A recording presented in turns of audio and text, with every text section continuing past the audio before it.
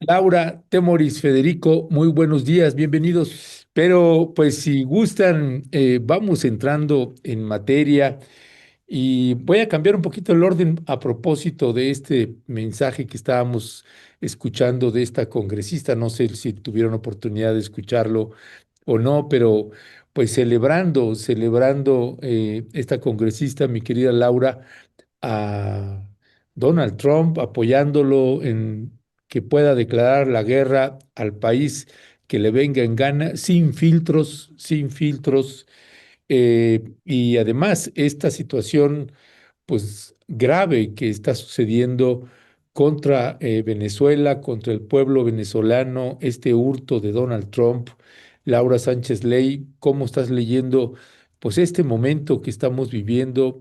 Que además hubo un preludio, el anuncio de la estrategia de seguridad, lo que conocimos como el retorno de la doctrina Monroe, y esta declarar al fentanilo como arma de destrucción masiva. En fin, hubo un preludio para lo que ahora está haciendo con un bloqueo general, es decir, aislar económicamente a Venezuela. ¿Qué decía al respecto, Laura? Sí, te está escuchando justo la declaración de María Elvira Salazar, quien por cierto es latina, ¿no? Que es lo que platicabas ahorita, que no se le va a quitar lo latina, una vergüenza, ¿no? Y aparte nos llevó entre las patas, evidentemente en respuesta a lo que dijo la presidenta con el tema de Venezuela, ¿no? Intervención, lo dijo ayer en la conferencia mañanera, y también habló de cómo la ONU pues prácticamente no se ha posicionado de ninguna manera con el tema de Venezuela. Entonces, pues nos lleva entre las patas. Ahora dice también que enfrentamos una crisis de drogas, de violencia, de corrupción, pues el lenguaje de Donald Trump realmente. Entonces, eh, creo que sí es una clara respuesta, ¿no? Esto que dijo la presidenta de que se llamaba a que cualquier controversia internacional pues se utilizara el diálogo y la paz y no la intervención, lo cual me pareció pues muy acertado por parte de la presidenta. Y sobre lo que está pasando en Venezuela, querido auditorio, pues de verdad que es muy, nosotros lo dijimos, ¿no? Desde que empezamos a ver el tema de las lanchas en el Caribe, ya lo vimos después con el tema de la incautación de un barco petrolero. Entonces, pues ahora finalmente Trump lanza la frase recuperar nuestro petróleo en Venezuela, que me parece de verdad muy preocupante, ¿no? Y si lo abordamos simple y sencillamente desde la gramática, pues está el tema, es decir, de esta vieja gramática imperial, ¿no? Realmente. Entonces, me parece que es que, de verdad, es que es como tan complejo, pero bueno, me parece que el tema de hablar de nuestro petróleo sobre un recurso soberano, ajeno, que es el caso del tema venezolano, pues es una negociación al principio de autodeterminación para empezar. Es que creo que es tan complejo y tan obvio, ¿no? Para algunos de nosotros y nosotras, yo creo que para la gran mayoría, que solo parecería que para Estados Unidos y para la gente que quiere entregar su país, no, ¿no? Entonces, cuando un presidente habla sobre la soberanía de otro país, como si fuera una anomalía que debe corregirse en el tema, por ejemplo, de hablamos de regreso, pues se está preparando el terreno para políticas de coerción que luego se venden como necesarias o inevitables, que es lo que pasó con el tema del fentanilo, bien lo dijiste, querido Ernesto. Entonces, me parece que hay una escalada real en las amenazas de bloqueo a buques sancionados y también una presión diplomática que ya detona en llamados pues al posicionamiento por parte de Naciones Unidas. Entonces, creo que esto funciona, todo el tema del petróleo, pues como un atajo, ¿no? Para rearmar todo este tema pues de una posible intervención por parte de Estados Unidos. Entonces, pues sabemos que Venezuela suele ser un objeto ideal porque permite unir varios relatos muy rentables en Estados Unidos. Uno que es el tema de la seguridad nacional, del narcotráfico, otra que tiene que ver con el autoritarismo y otro que tiene que ver con la economía y la política energética. Entonces, pues me parece que realmente han armado toda estrategia para pues presionar sobre Caracas como parte de esta campaña antidrogas, que ya lo vimos en el pasado. Entonces, pues me parece que no podemos ser ingenuos, que si bien Venezuela pues ha tenido un historial autoritario, y la economía venezolana pues prácticamente sí presenta varios, digamos, eh, pues varios años degradándose. Sí conviene pues mirar más allá de eso también y hablar sobre el tema de el retorno de la doctrina Monroe pues como política energética. Entonces, me parece que pues es complejo lo que está pasando acá. La verdad es que yo creo que nadie se esperaba una escalada tan rápida. Cuando empezamos a ver el tema de las lanchas, yo sí pensé que iba a ser pues eh, menos pues rápida, ¿no? La realidad es que yo sí y creí esto. Ya, pues gracias, gracias, mi querida.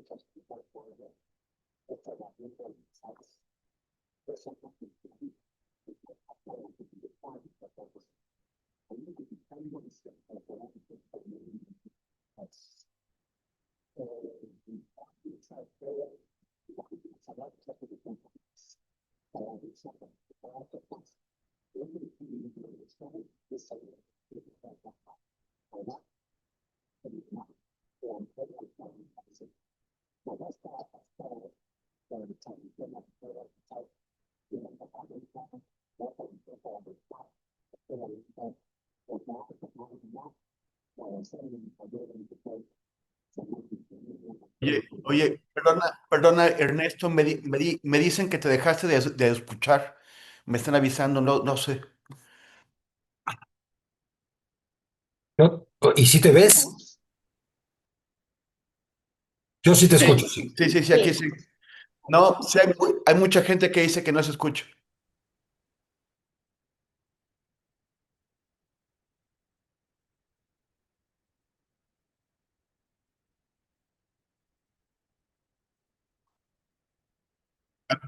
A mí sí me escuchan, público.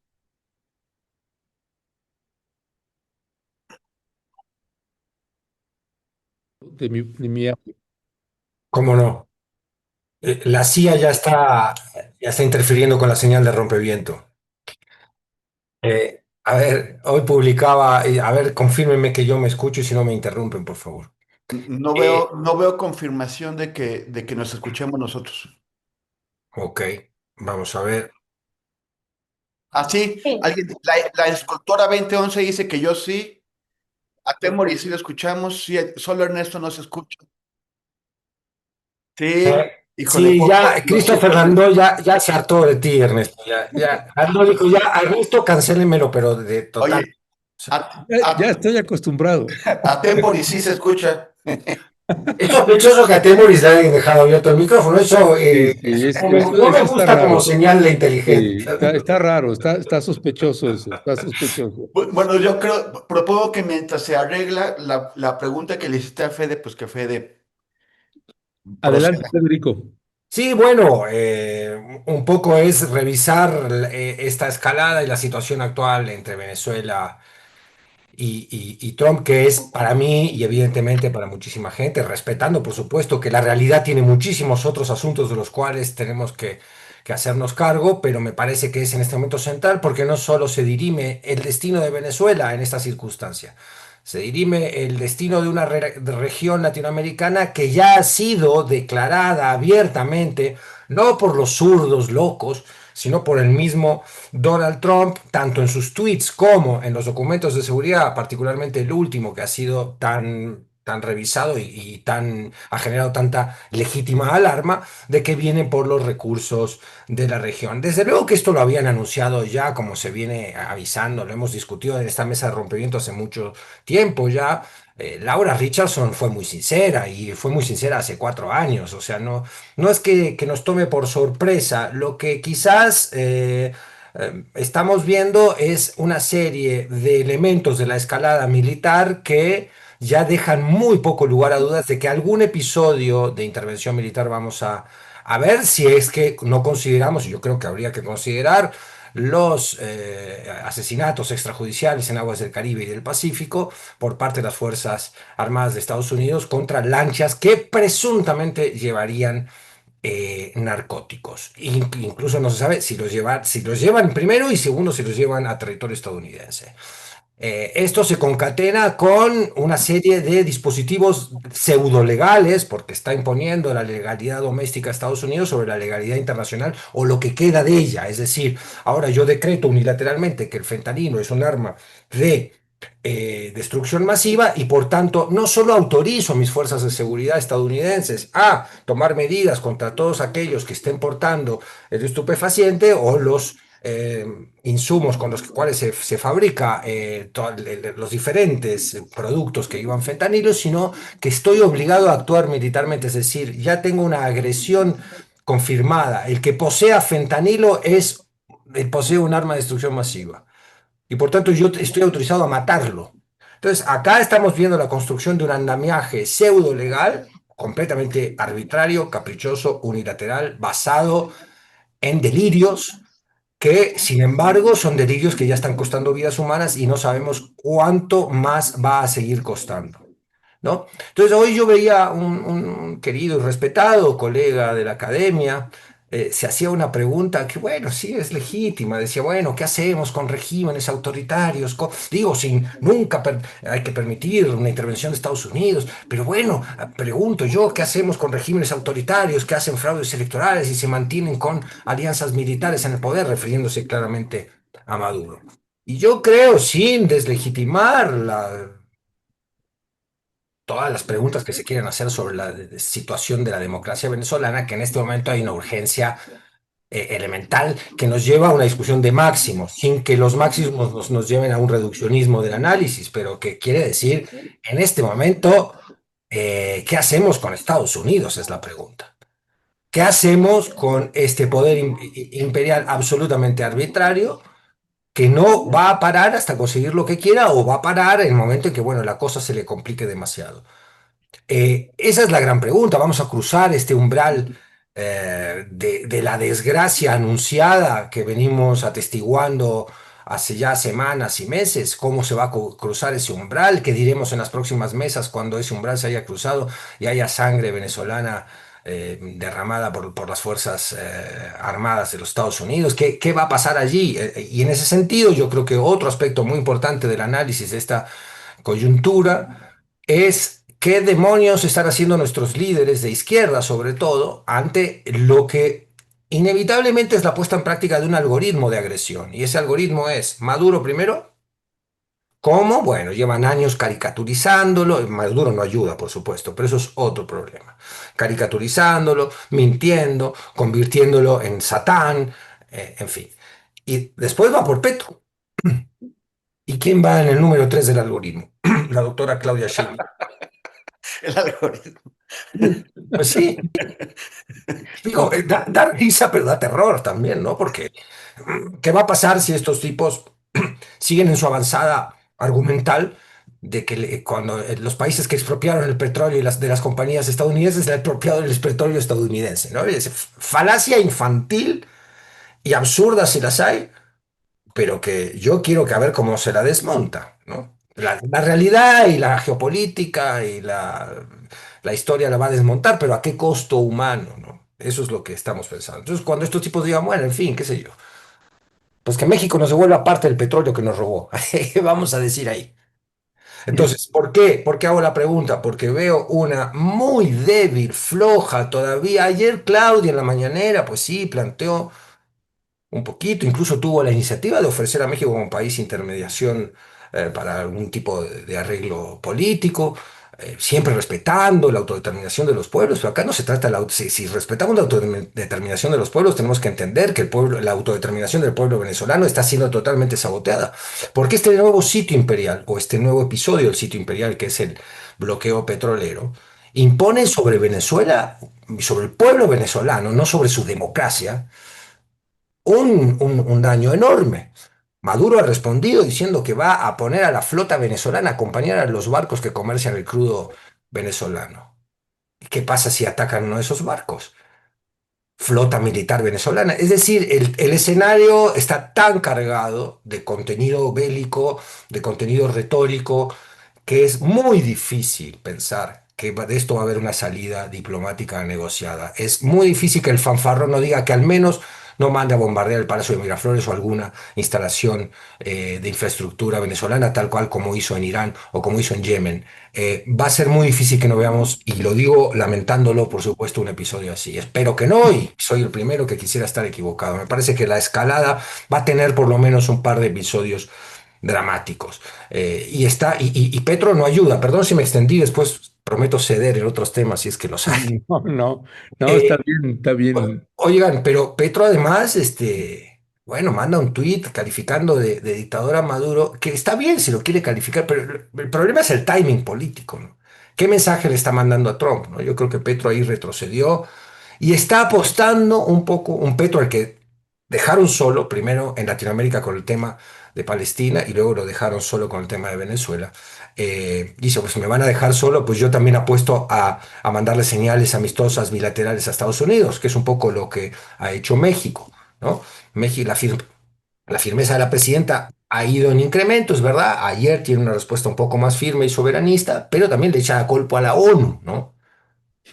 ¿Qué estás haciendo ONU? Pues a la ONU la está desmantelando Estados Unidos, que es uno de los principales financiadores del organismo internacional. Y empezando por la Comisión, o casualidad, por la Comisión de Derechos Humanos de las Naciones Unidas. ¿Por qué ese desfinanciamiento?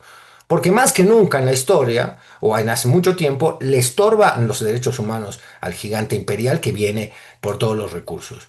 Y entonces la ONU está en su momento de mayor debilidad, que la terminamos de matar. Ese es el objetivo de Trump, asesinar la ONU. ¿Estamos con esa política? No. Entonces, la ONU la hacemos los países. La ONU también es México. La ONU también son otros países, es Europa, esta Europa pusilánime que sigue doblegada a los intereses de los Estados Unidos. Es un panorama, queridas amigas y amigos. El otro día me encontré con una persona en una librería que me dice, te veo en rompimiento ya muy agüitado, pinche bola. No, sí, pero no, a mí me parece, Federico, que de veras que sí hay que poner ya la mira en Donald Trump, también muy vinculado al genocidio contra el pueblo palestino. Sin Trump, literalmente sin Trump no sería posible que Benjamín Netanyahu pudiera sostener ese ataque sistemático contra el pueblo palestino de la Franja de Gaza y de Cisjordania. Temoris, ¿qué decir al respecto de todo esto que está sucediendo?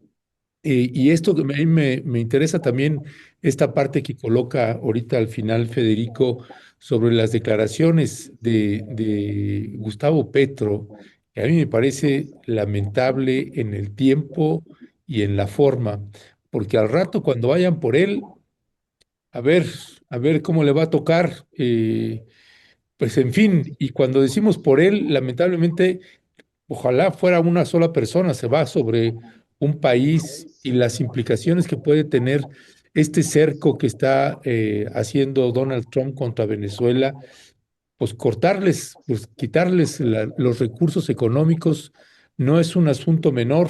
Lo estamos viendo cómo lo hicieron con Palestina en términos extrapolados, por supuesto, pero un aislamiento, cerrar las fronteras por aire, también amenazando a los aviones públicos, los aviones comerciales, también ya algunos con unas reticencias para volar a Venezuela por temores de ese tipo. ¿Qué decía al respecto, Temoris?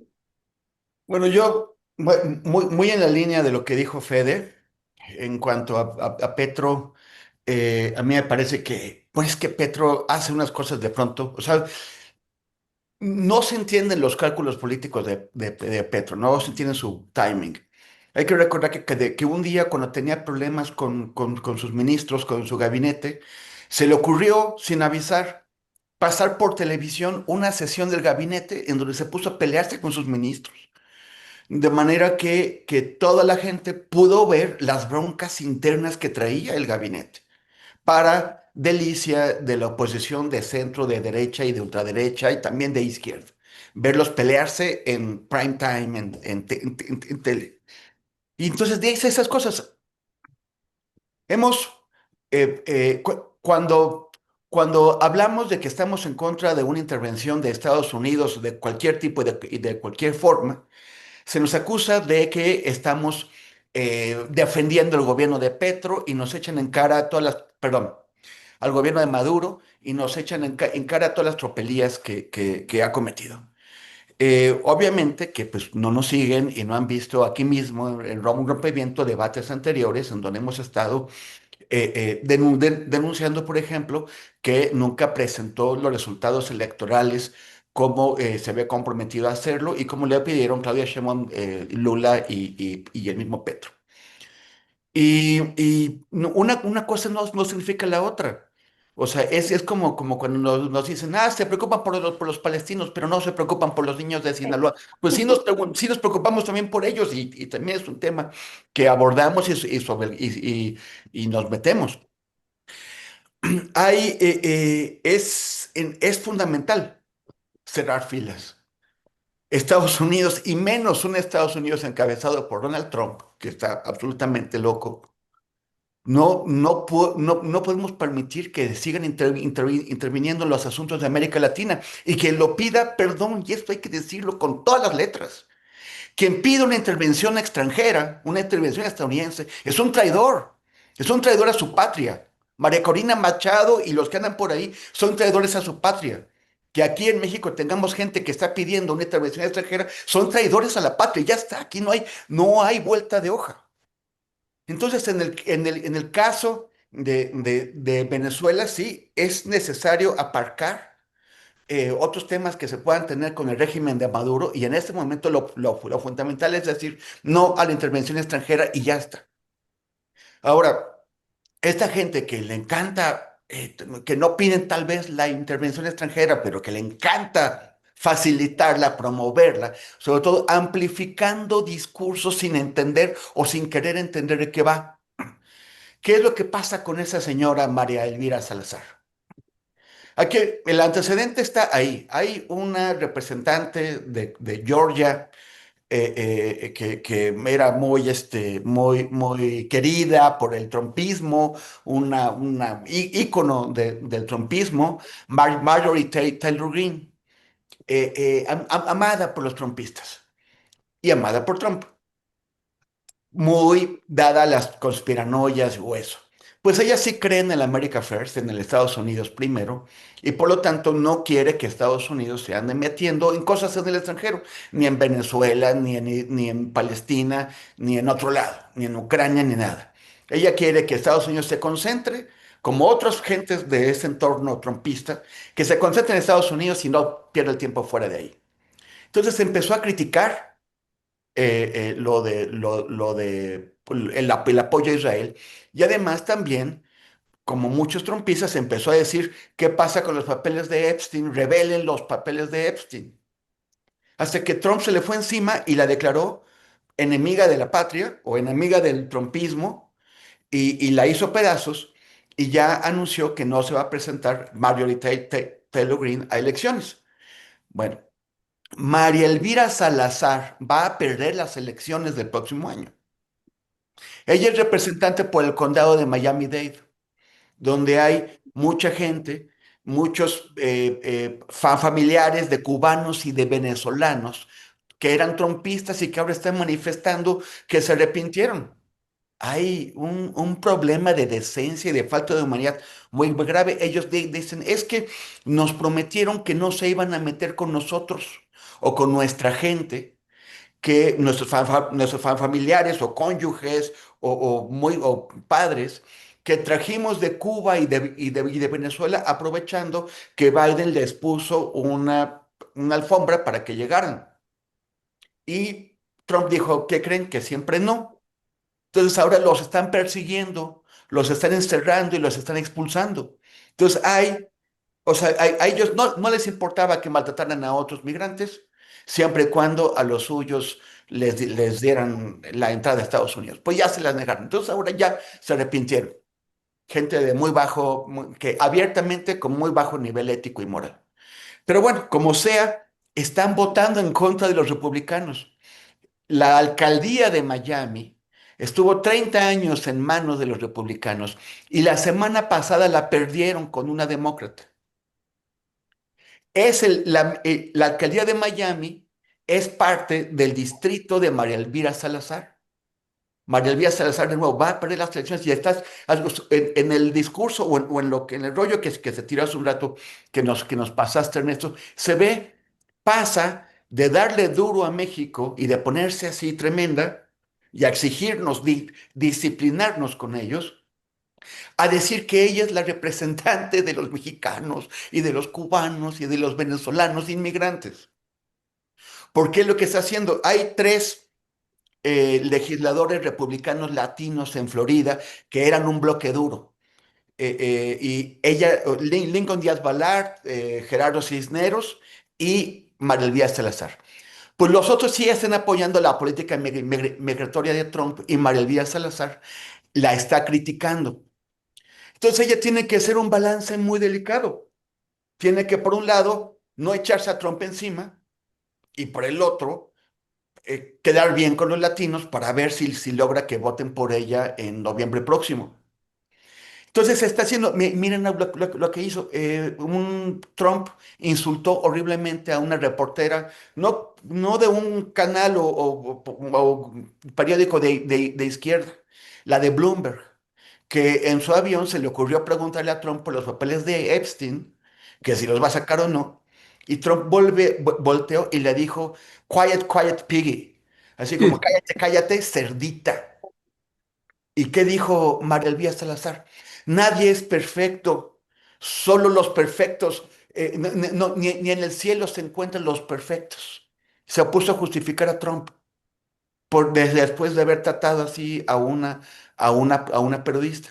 Y esas posturas duras contra México y todo eso es una manera de compensar su disidencia, la disidencia que necesita hacer en el tema de la política migratoria, que tiene que quedar bien con Trump y tiene que quedar bien con los latinos. Entonces, por eso se pone así. Pero claro, este discurso es recuperado por la derecha en México, esa derecha que está facilitando el intervencionismo, que lo magnifica, le da una importancia mayor que la que tiene y trata de colocarlo en México como una descalificación general hacia Claudia Sheinbaum. María Elvira Salazar no está tomando en cuenta esas cosas, está salvando su pellejo como puede para tratar de quedar bien con Trump y eso es todo, no, le dan demasiado peso. Ahora, en el tema de Venezuela, se le complican las cosas a Trump. Lo que está haciendo Trump es tratar de espantar a los venezolanos. Y por eso tomó el tanquero, el buque tanque, y por eso anuncia el bloqueo. Se imaginaba que los venezolanos iban a decir, ay, ay, perdón, nos damos para atrás. Y ahora sí, ¿qué quieres? ¿Cuándo nos vamos? Aquí te dejamos las llaves. Pues resulta que Maduro dijo, en lugar de eso, dijo que la Guardia Costera, bueno, que la fuerza, que la Armada venezolana que no, pues no es muy impresionante ante un portaaviones como el Ford, que la Armada venezolana va a defender los buquetanques. Y dijo, siguen andando los buquetanques, siguen navegando, van para aquí y para allá. No se espantaron. Una cosa, ya es muy grave que Trump esté bombardeando lanchas por ahí. Pero no es lo mismo eso que ir a atacar. O sea, la Marina venezolana no puede con la Marina gringa, pero ni en cuentos. Pero sí Sí, es muy grave a nivel de derecho internacional un ataque contra un buque militar de cualquier otro país. Trump estaría dando otro paso y ya se le está complicando mucho en el plano interno, porque las encuestas van para abajo, porque hay una disidencia adentro del trumpismo, y en el plano externo, porque ese rollo que se tiró María Elvira Salazar, de que no es un problema internacional, sino es un problema de criminalidad, pues no se sostiene y menos cuando estás atacando un buque de la Marina de otro país.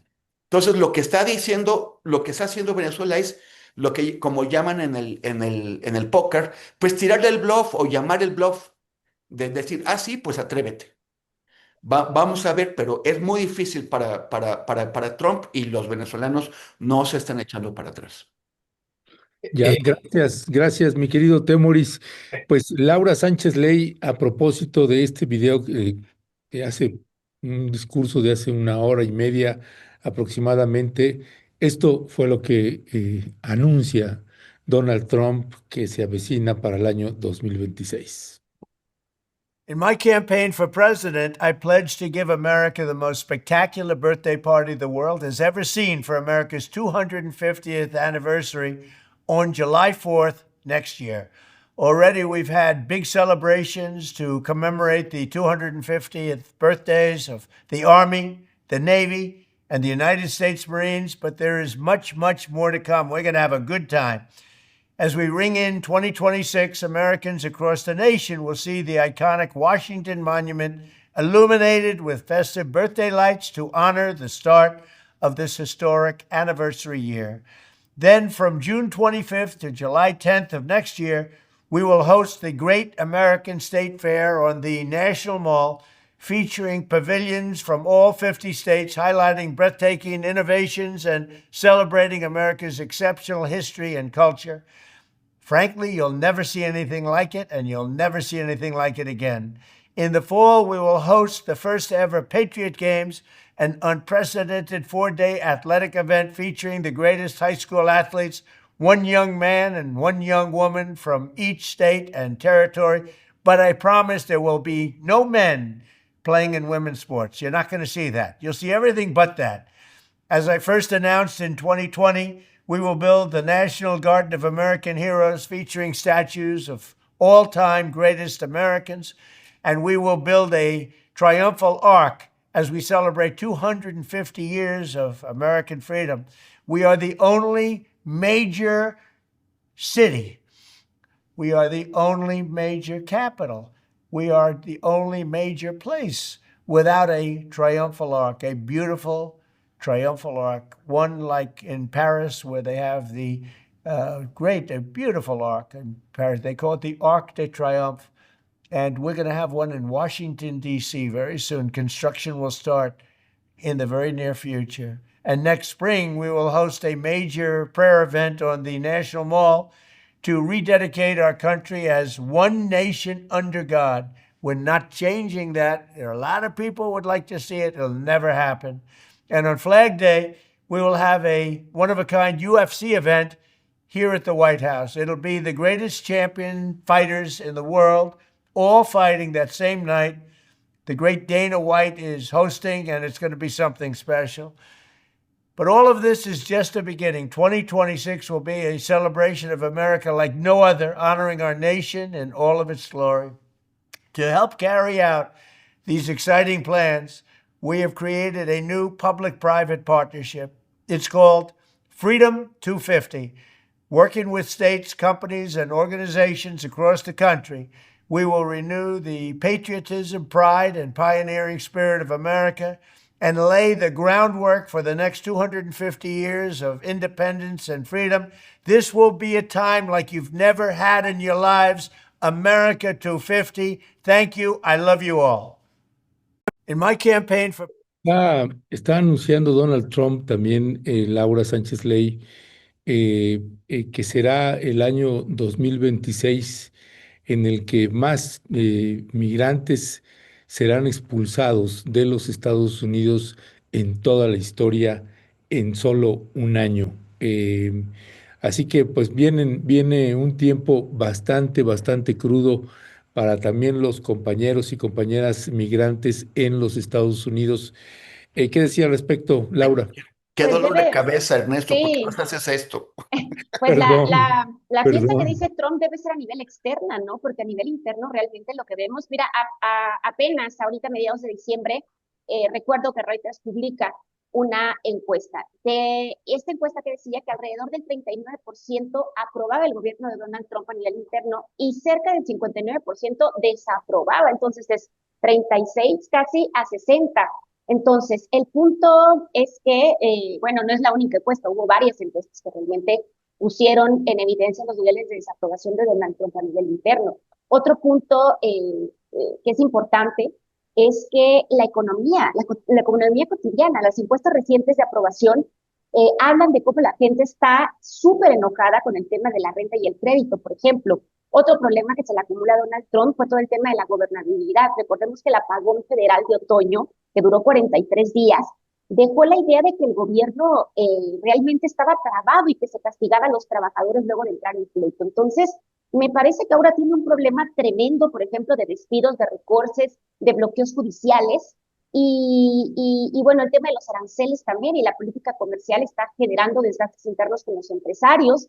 También se ha revelado esto, han subido los costos, se han tensado las cadenas de suministros. Entonces, pues bueno, prácticamente me parece que tomar decisiones por decreto solamente le ha generado también todo este caos a nivel interno que ha generado muchísima incertidumbre y muchísima polarización también en Estados Unidos. Entonces, no sé en dónde está la fiesta, yo creo que la fiesta está en el exterior y con este tipo de políticas, pues eh, como el tema de la migración, de la seguridad, de las drogas, que realmente son de palabra, ¿no? Y que están generando conflictos a nivel internacional, más en Estados Unidos, pues realmente no está trabajando por los estadounidenses. Ya, gracias, gracias, Laura. Federico, me detengo también un poco en el papel de Boric como presidente de Chile, el presidente saliente, un presidente de izquierda. ¿Cuál es tu lectura del papel que tuvo Boric como presidente de Chile? Linda pregunta. No puedo evitar antes hacer una mención sobre el tema anterior, si me lo permites, Ernesto, muy breve, que es que tanto Lau como Temoris muy bien destacan la debilidad interna de Trump, pero yo quiero recordarle a la audiencia que en momentos de debilidad interna, los grandes narcisos y no solo los grandes narcisos, sino a aquellos que se aferran al poder, cometen las peores cosas. Yo invoco solo dos episodios, cayendo ya y cercada por el fracaso económico y por las protestas populares, la dictadura de Galtieri en la Argentina tomó las Islas Malvinas, incluso acudió a una acción bélica para responder a su situación interna de debilidad. Otra más, Clinton, con el escándalo Levinsky, arrasó con Sarajevo. Entonces, me preocupa, o sea, el elemento de debilidad interna de Trump. Yo propongo, querido Steve y Lau, también evaluarlo como factor de riesgo. Por supuesto que dentro de la panza del gigante es de donde más esperanzas tenemos de que se pueda ser contenido el movimiento MAGA y esta pulsión tan neocolonialista de los Estados Unidos. Pero y temo que ahí no es una cuestión del delirante Trump o del narciso Trump, sino que ahí hay un programa nacional que podemos revisar con mucho más detalle en algún otro momento, y que Trump es la cara visible de ese programa. En ese sentido, yo creo que Estados Unidos va a incrementar su agresión a la región, y en ese contexto se da un personaje como Boric. En ese contexto, un personaje al cual hoy también, y esto yo lo quiero decir, y me ha valido mis buenas discusiones en las redes, se le carga toda la culpa del fracaso de la izquierda chilena y por tanto de la asunción de un pinochetista. Y ahí yo me atrevo a relativizar la responsabilidad de Boric en el hecho sin quitarle la que tiene, ojo, ¿eh?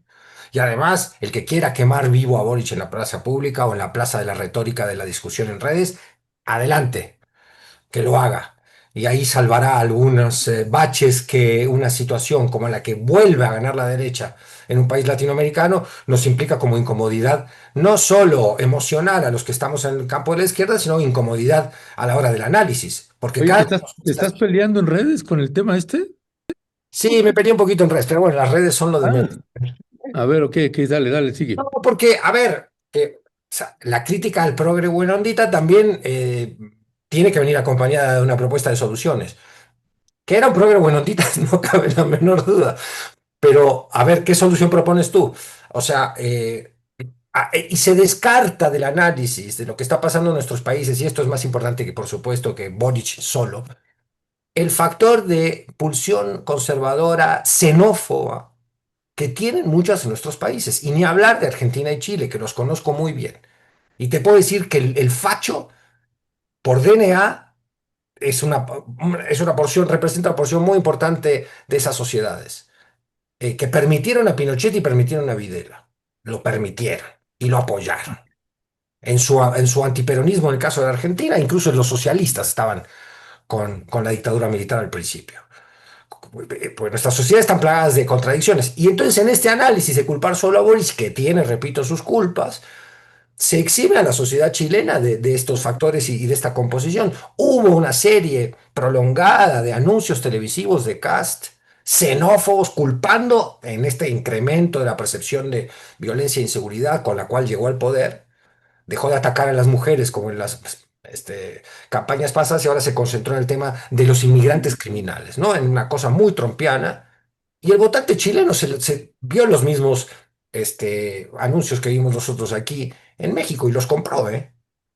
Entonces, también es muy difícil decir que el votante chileno castigó a esa izquierda tibia votando al pinochetismo. Dices, a ver, momento, castígala con crítica, como hacemos nosotros aquí contra la 4T, castígala con evidencia, castígala denunciando a todos los personajes que terminan en una alianza política, encarnando aquello que tú ibas a combatir como izquierda, pero no la castigues votando a la ultraderecha, compadre, porque ahí no hay ningún tipo de relación causal que sea plausible, ¿no?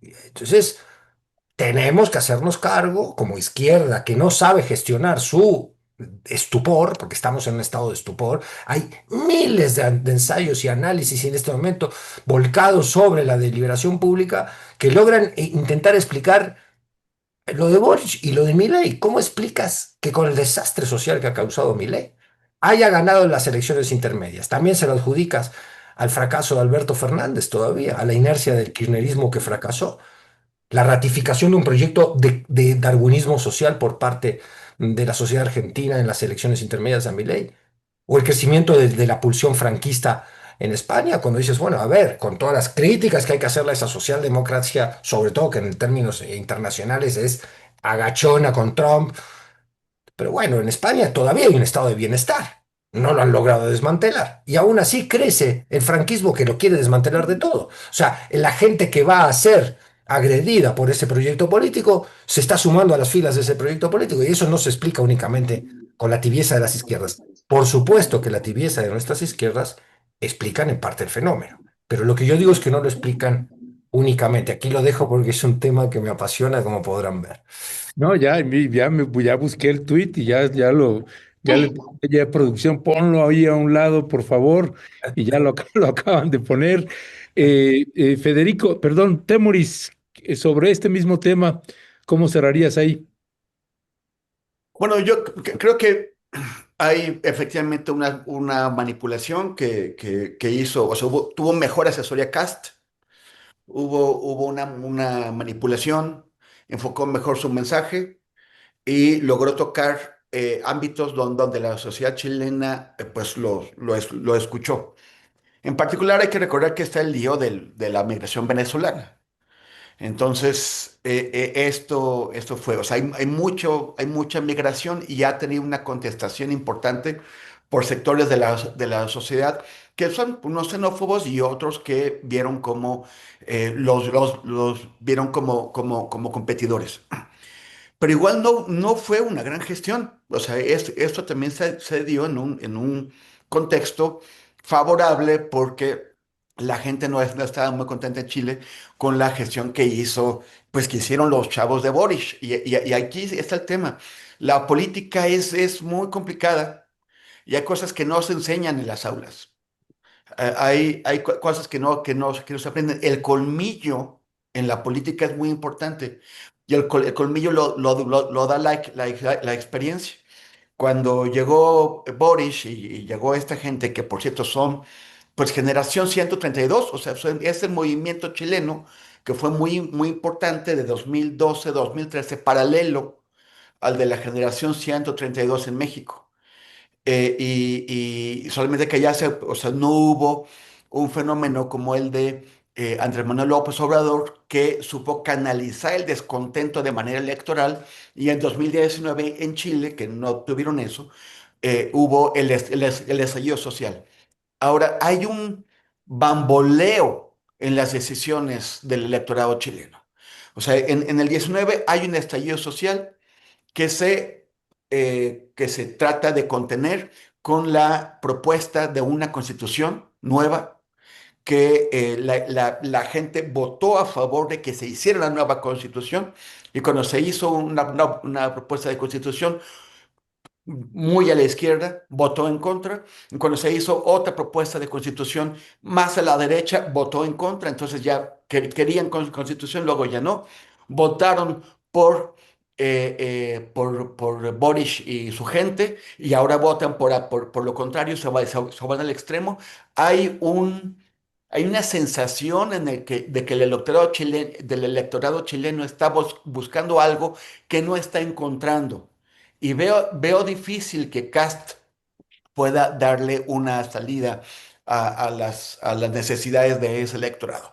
Yo creo que se va a encontrar en una posición parecida a la que se encuentra Milei, que tuvo que salir Trump con dinero a rescatar a Milei para que no perdiera las últimas elecciones, y es probable que veamos a Cast en una situación parecida. Pero independientemente de eso, a mí me parece muy prudente la respuesta de Claudio Sheinbaum ante esto que dice, pues ya es un llamado a la reflexión y una reflexión que se tiene que dar en su propio movimiento, porque siguen estos pues tipos, los Monreales, los Adán Augustos, hasta Noroña y otros igual, que demuestran, uno, en el caso de Noroña, que se sube al ladrillo y se marea horriblemente, pero en el caso de los otros, que es muy clara esta salida a a aprovecharse, a que la revolución, o en este caso la transformación, les haga justicia y a trastornar los principios. Lo que el llamado de Claudia es a defender el proyecto de la 4T y no a seguir como también un montón de gobernadores que cada quien va a la suya. Vimos esta caricatura tan fuerte que hizo Jerge en la jornada, en donde aprovecha la geografía de los países que se están pasando a la derecha para que parezca pues que es un Adolfo Hitler. No creo que vayan esos países hacia el nazismo, pero sí la derecha va a seguir creciendo. Es muy probable, pinta que el polo patriótico no va a ganar las elecciones en Colombia, a menos, sobre todo si la derecha se une, que es lo que están intentando hacer. Entonces, van a quedar México y Brasil, que por un lado son las mayores economías y los países más poblados de América Latina, pero el Lula se va a ser otra vez candidato también el año que viene, como va a haber elecciones en Colombia, las habrá en Brasil. Vamos a ver si la fuerza de Lula puede contener a la derecha en Brasil. Pero pues las cosas por lo pronto no pintan bien. México, tenemos que ver qué pasa. La única forma en que la izquierda retenga el poder aquí, y hablamos de una izquierda pues con sus bemoles, es que cumpla con las promesas que se ha planteado. Y el problema es que mientras ha ido muy rápido en algunas cosas, por ejemplo, en sacar a 13 millones de personas de la pobreza. Pero mientras más gente saca de la pobreza, menos gente queda por sacar de la pobreza y se hace más difícil. O sea, es más difícil cumplir con las promesas cuando ya se ha cumplido una parte importante de ellas. Y en otras, pues está el tema de la corrupción, ¿no? Y de la inseguridad. Además de mejorar la economía en un entorno que se está tornando complicado. Las perspectivas de la economía en este momento no son tan halagüeñas. Entonces, hay que ver, es complicado. El único consuelo es seguir viendo que la derecha pues no entiende que no entiende y que siguen pues en total eh, caos y confusión. Gracias, mi querido Temoris. Laura Sánchez Ley, pasando al otro tema y que además tenemos el gusto de que una periodista investigadora como Laura Sánchez Ley, que tiene ahora sí que los datos ahí al pie del cañón, pues este caso que involucra también el papel de la nueva Fiscalía General de la República encabezada por Ernestina Godoy. Y pues hay otra aprehensión contra otro ex colaborador, en este caso ex colaboradora de Genaro García Luna, esta mujer que se llama María Vanessa N., eh, que fue detenida por la Fiscalía General de la República, asesora de Genaro García Luna, psicóloga, bien, en fin, un caso ahí muy particular, pero no es el único. Y de pronto, entre tantas cosas que hace Donald Trump, este caso de Genaro García Luna está pasando de noche. ¿Qué decía al respecto, mi querida Laura? Pues querido Ernesto, que por fin se están moviendo las cosas en México. Yo creo que es una de las peticiones que se hicieron desde muchos sectores de la población, que si bien Genaro García Luna estaba sentenciado en Estados Unidos, en México no estaba pasando absolutamente nada. Porque recordemos que Genaro García Luna, pues se le acusa de 4 cosas que están vinculadas totalmente con operaciones policiales e investigaciones judiciales en México, que tenía que ver con la colusión con el cártel de Sinaloa, con el acceso que le permitió a los narcotraficantes a los sistemas de inteligencia, es decir, les permitió ir hasta las salas de control remoto a verificar esta información. También detuvo a integrantes de cárteles rivales y por sobre todas las cosas lo que hizo fue avisarle al cártel de Sinaloa y emprender una guerra prácticamente sobre ciertos cárteles, como fue, por ejemplo, los Caballeros Templarios o el cártel de los Zetas, mientras que el cártel de Sinaloa no lo toca y no, ni con el pétalo de una rosa. Entonces, ¿qué es lo que pasó en México también? A la par, mientras veíamos todo ese sistema que protegió a narcotraficantes desde los sistemas de inteligencia mexicana, lo que también teníamos era un negocio en el tema de la seguridad pública en México. Lo que Genaro García Luna también hizo como secretario de Seguridad Pública en México fue otorgar contratos en materia de seguridad pública a empresas amigas o incluso a empresas ligadas a su familia, es decir, que se autoadjudicó contratos en materia de seguridad pública. Lo que estamos viendo en México finalmente, amable auditorio, es que si bien a Genaro García Luna no se le ha podido encontrar ni se le ha podido juzgar en México por temas relacionados con delincuencia organizada, es que se abre una veta para empezar a juzgar a toda la estructura criminal, en este caso 61 personas, que fueron parte de esta red criminal de Genaro García Luna en el tema de adjudicación de contratos públicos, pues es que si bien por el tema del narcotráfico no se les ha logrado agarrar, están tratando de pues encarcelarnos por el tema de corrupción y delincuencia organizada. En este caso no delincuencia organizada con el narcotráfico, sino como una estructura de delincuencia organizada que otorgó este tipo de contratos. Entonces, bueno, finalmente empezamos a ver movimiento en este caso, porque recordemos que hay pues investigaciones pendientes que no llegaron a nada, como el tema de Rápido y Furioso, por ejemplo. 2 de los cómplices de Genaro García Luna, Ramón Pequeño García, quien fue el tercero a bordo en esta estructura criminal, pues sigue libre, totalmente libre, incluso durante la administración del presidente Andrés Manuel López Obrador, se le descongelan las cuentas que había logrado congelar la UIF en un momento porque no logran sostener la investigación desde la Fiscalía General de la República de Alejandro Gertz Manero. Eso es terrible, por una parte. Y por otra, pues tenemos que el segundo a bordo, que era Cárdenas Palomino, pues este hombre está en prisión, sí está en el altiplano, pero solo está pagando el delito se le está investigando por tortura en el caso de la familia Vallarta. Entonces, no se había logrado absolutamente nada en el caso de García Luna. Entonces, me parece que finalmente tenemos avances en México. Recordar que es parte de una investigación que México incluso, yo nunca entendí por qué sucedió esto.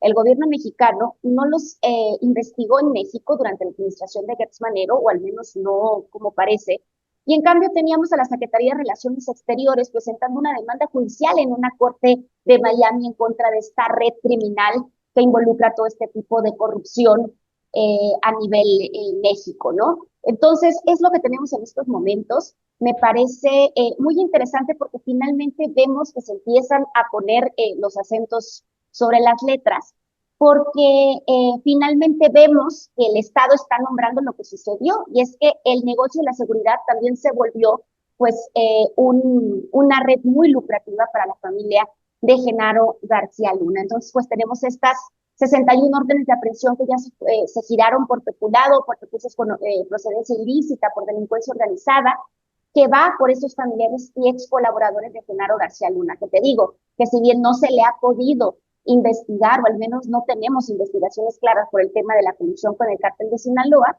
pues sí tenemos este saqueo que involucra a su conglomerado empresarial que había obtenido 30 contratos, desde donde se defraudó al Estado con 745 millones de dólares, que es un mundo de dinero, ¿no? Y es totalmente inmoral. Entonces, pues finalmente tenemos que empezamos a preguntarnos, pues, qué estructura hizo posible que la seguridad pública y las prisiones en nuestro país, pues ahora sí que funcionaran como la caja chica de contratación de García Luna. Entonces es otro ángulo inexplorado que me parece muy interesante porque, te digo, finalmente empezamos a ver pues avances y resultados en este tema. Gracias, mi querida Laura Sánchez Ley. Federico Bonazo, al parecer ya no hay sarcófago en la Fiscalía General de la República y parece ser que se empiezan a mover las piezas ahí. ¿Cuál es tu percepción precisamente del trabajo de la fiscal Ernestina Godoy, que además lo que también llama la atención es que las acciones que se están implementando en la Fiscalía General de la República van rápido, Federico? Sin duda, y bueno, habiendo escuchado con mucha atención a Lau, que es experta en este asunto, me propongo a mí mismo no, con el tiempo ya encima, no abundar demasiado en lo que ya explicaba Lau desde lo técnico y pericial y desde lo político también, que es muy interesante. Quizás una muy breve reflexión en relación efectivamente a lo que estamos diciendo de la Fiscalía. La Fiscalía va a ser atacada por la oposición, desde luego, como un instrumento de persecución política, que es el problema que han tenido las fiscalías siempre, en todos los países de nuestras, por lo menos, democracias latinoamericanas. Han sido usadas como brazo ejecutor del poder ejecutivo y sus intereses, eso no cabe la menor duda. Por eso se buscó una fiscalía autónoma, un fiscal que sirva. La izquierda, cuando el gobierno estaba en poder de la derecha, teníamos ese reclamo como algo muy claro y evidente. Ahora, por circunstancias que, bueno, no da mucho tiempo de desarrollar analíticamente en este momento, pero que son interesantes de discutir, la autonomía se ha puesto en tela de juicio. Y se ha puesto en tela de juicio con un argumento más pragmático que republicano. Y creo que es un argumento atendible, ¿no? La crisis de seguridad en México, la crisis de impunidad en México, que es la que sacude tanto, que es tan oprobiosa para todos nosotros, para toda la sociedad. Los índices de impunidad son un insulto cotidiano a la sociedad. Ameritaban otro tipo de respuesta ya práctica en la cancha, coyuntural, en el campo de batalla, metafóricamente hablando. Y ese es, me parece a mí, que un elemento que la presidenta ha identificado como un mecanismo un elemento que se puede solucionar o que puede dar resultados si un poco se llevaba a nivel federal lo que había hecho ella a nivel Ciudad de México, con una coordinación muy interiorizada, muy fuerte, muy profunda entre fiscalía, policía y poder ejecutivo. Y ojalá que así sea. Por supuesto que no se puede trasladar a ciegas y esperando que las cosas sean iguales, lo que pasa en la Ciudad de México a lo que pasa a nivel federal, donde la imbricación de la delincuencia organizada tiene otra proporción y otras características, ¿no? Entonces, sí vemos efectivamente una velocidad en esto, la celebramos, porque algo que era exasperante era que no la lentitud de Gersmanero, sino la lentitud como excusa para no operar. Ahora, ¿tenemos que monitorear qué tanto carácter político tienen algunas de las causas iniciales? Pues sí, tenemos que monitorearlo. Desde luego, mientras haya presunción de delito y de delito grave, pues hay que perseguir, sea una persona de la oposición o no. Lo que pasa es que pienso que pienso, a ver, para poner un ejemplo y que la audiencia me comprenda, pienso en qué va a pasar entre la fiscalía, esta nueva fiscalía y el caso Ayotzinapa, por ejemplo. Ahí vamos a tener la misma velocidad, la misma profundidad, vamos a tener el mismo desempeño técnico, ojalá. Es muy pronto para elevar un juicio ahí, pero creo que la historia de la relación de la 4T con las Fuerzas Armadas también nos anima a tener cierta cautela en la esperanza, que va bien por el momento. Me parece que va muy bien. Lo de Duarte es muy importante, por supuesto. Ya, gracias Federico. Temoris también el papel de Ernestina Godoy y esto que nos está detallando también Laura Sánchez Ley a propósito pues del caso de Genaro García Luna y este último tema que coloca Federico, que me parece pertinente también, esta fiscalía, ¿cómo va a ser con las Fuerzas Armadas, con el ejército mexicano y el caso Ayotzinapa, pues que es la herida que sigue abierta ahí, Temoris? Sí, bueno, me gustó escuchar lo que nos compartió Laura, pues son buenas señales, pero hasta el momento todos son esos señales, ¿no? Señales de que Ernestina Godoy, o sea, que Ernestina Godoy está llegando a, a enviar señales de que quiere hacer cambios, de que quiere, de que no va a estar todo el día con las pantuflas como el fiscal viejo y que va a hacer cambios. Vamos a tener que ver hasta dónde llega eso, porque también Gertz judicializaba muchos casos que después perdía. El tema de lo de María Amparo Casar, por ejemplo, que dijeron vamos a revisar cómo se integró ese expediente, pues tiene que ver con que Gertz tenía esa costumbre, ¿no? O sea, presentaba casos para perderlos. Entonces, sería pues otro show muy feo para Godoy que llegando se le caiga lo de María Amparo Casar, sobre todo después de todo lo que se está armando alrededor. Entonces van a ver si está bien hecho y si hay fundamentos, y si no, pues lo van a tener que dejar. Aunque eso significaría que tenemos que seguir pagando 4,115 pesos por diarios a María Amparo Casar por nada, por hacer absolutamente nada. Entonces, la cosa es que también, más allá de esas señales que ya está dando, falta que dé otras. En el sentido de que, como decía Fede hace un momento, pues que la fiscalía no se ha utilizado o que tengamos la certeza de que no será utilizada como un instrumento de lucha política, que también van a ir contra la corrupción que se está dando en el seno de la 4T y que es muy importante que se combata. Hasta el momento vemos el caso de García Luna, en el caso de expriistas o de priistas, pero también tenemos que, o sea, tiene que decir, vamos a darle a la corrupción por aquí y por allá en donde esté. Y hay muchas dudas. Ya despidieron al señor este de aduanas, que era un funcionario medio, pero que salía con relojes de 8 millones de pesos. Muy bien lo despidieron. Bueno, a que ahora lo vamos a ver procesado. Y a otros por igual, que también diputados. Adán Augusto es el caso más que está gritando, diciendo, "Ah, pónganme atención". El problema es que irse contra Adán Augusto es romper la mayoría calificada que tiene Morena en el Senado, no solamente porque serían contra él y sería muy complicado porque además tiene fuero y allá hay que votar para quitárselo, sino también contra los adaugustenses, ¿no? Que probablemente, no sé si todos, pero algunos de ellos reaccionarían. Entonces, pues bueno, hay un costo político que pagar, pero también hay otro costo político que es el de tener 6 años, no, ya llevan con uno, pero que 5 años más Adán Augusto controlando cosas en el Senado. Entonces eso es una de las señales que estamos esperando. Y en el caso de Yotzinapa, pues requiere no solamente una fiscalía con ganas de hacerlo, sino una presidenta con ganas de enfrentar al ejército, como lo sabemos. Quien paró eso fueron las Fuerzas Armadas. El ejército se nos pide confiar en él porque ya no es el mismo, porque ya se pasó por un baño de agua bendita y que entonces que ya no es el de Ayotzinapa, pero siguen defendiendo eso. Y muchos otros casos.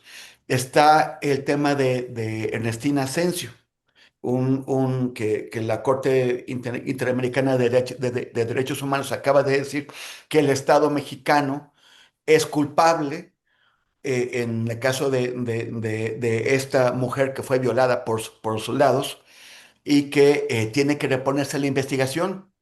Bueno, reponerse la investigación tendrá que ir contra la resistencia del ejército, a menos que el ejército quiera dar una señal y diga, bueno, sí, pásale, investigame. Al final de cuentas, no son más que soldaditos de bajo nivel, no son oficiales. Sí, pero quienes los encubrieron, son oficiales y también son funcionarios civiles. Empezando por Calderón, que dijo que la señora había muerto de gastritis, válgame hazme el favor. En fin, hay cosas que se tienen que hacer, hay buenas señales, faltan más. Y que las señales se conviertan en hechos. Ya, pues Temoris Greco, Laura Sánchez Ley, Federico Bonazo, muchísimas gracias. Y le aviso también que Temoris ya prometió venir mañana bien peinado. Aquí a No, dije venir, dije ir, no pena. No, no pongas palabras que yo no dije. No, Oh, Temoris, Laura, gracias, Federico, amigos. un gustazo y Nos será un vemos en la gusto. posada. Sí, Temoris va a bailar y va a cantar, Federico le va a tocar ahí la guitarra y ahora le toca a Temoris hacer el papelón, ni modos. Felices Este, fiestas a todo el auditorio, porque yo creo que esta es nuestra última mesa del año, porque la próxima cae en 25 y no creo que nadie se vaya a levantar a vernos. sí, Así no, no, que sí, no. felices fiestas a todos y a todas. Y gracias por este año acompañándonos, dándole like, donando, todo, todo. De verdad no tengo palabras para agradecerles a la gente que no va a estar en la posada, le agradeceremos en persona, pero a quienes no, pues mi más sincera felicitación y agradecimiento por este año. Eso, mi querida Laura, gracias. Pues te toca, Federico. No, no, nos vemos en la posada a reventar y a abrazarnos que necesitamos cariño. Porque Ok, amor, Temoris. amor del bueno, no del que propone María Corina Machado, que propone Ay, no, por invadir favor. Venezuela es un acto Estamos de amor, hablando de dice. la celebración y tú mencionas a María Corina Sí, Tienes Machado. razón, basta, ¿no? ¿Qué onda? Por eso te dicen pesimista, Fede, porque qué onda. Oye, no, pues muchas gracias a nuestro público por acompañarnos, por seguirnos acompañando y apoyando. Y también, qué bonita mesa, qué bonita mesa. Me la he pasado muy bien este año con ustedes tres y con Violeta. Y pues bueno, pues vamos al año que viene. Eso. Gracias, amigo, Nos Lo vemos igualmente. mismo, mañana. lo mismo digo y Fuerte. siento yo, lo mismo digo y siento Lo yo. mismo también. Ok. Adiós. Gracias. Nos vemos mañanita. Baigoncito.